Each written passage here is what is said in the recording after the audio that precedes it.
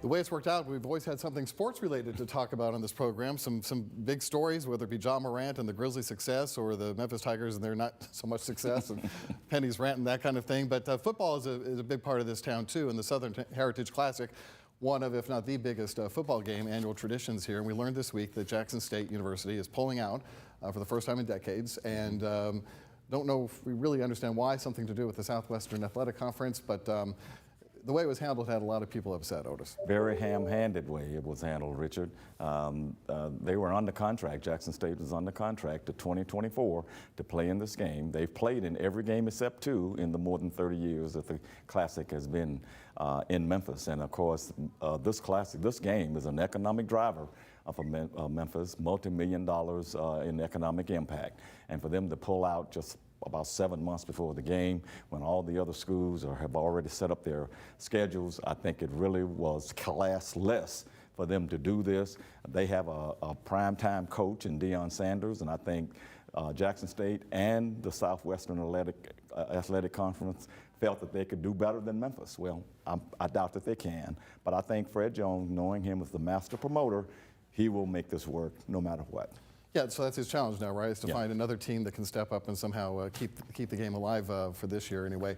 Chris, I know you were sharing with me earlier you never made it to a game, always wanted to, but it is a game that's rich in tradition, if nothing else, with the tailgating and the bands at halftime.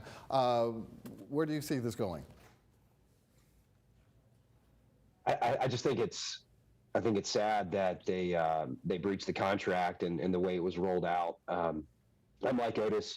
I think the gentleman who was responsible for keeping this thing going for the past 30 years is going to find a substitute team, and it's going to continue to be a tremendous success for this community. It's a huge benefit to small businesses, especially Black-owned businesses. You know, I've driven by many a time when the game's on, and I'm cursing myself for never making it. But I like to think that we're going to keep a good thing going, and this is a little hiccup, and you know, the folks down in Jackson are look back and they're going to regret pulling out. Right. And I heard there's a lot of heat from Jackson State alums who are not happy about how this was handled. And a lot of them live in Memphis. And they live in Memphis, yes, they do. Sam, I know you're the newbie among the group here, but you have some observations too.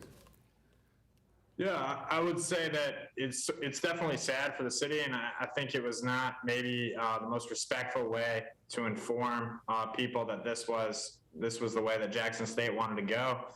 I'd also say that it calls back to mind when, because of COVID, ESPN did not come to town for College Game Day for this game this past year. It was sort of a missed opportunity for the city, for the culture and the heritage of the city to be in the national spotlight in a way that would really show Memphis in all its really, sort of magic.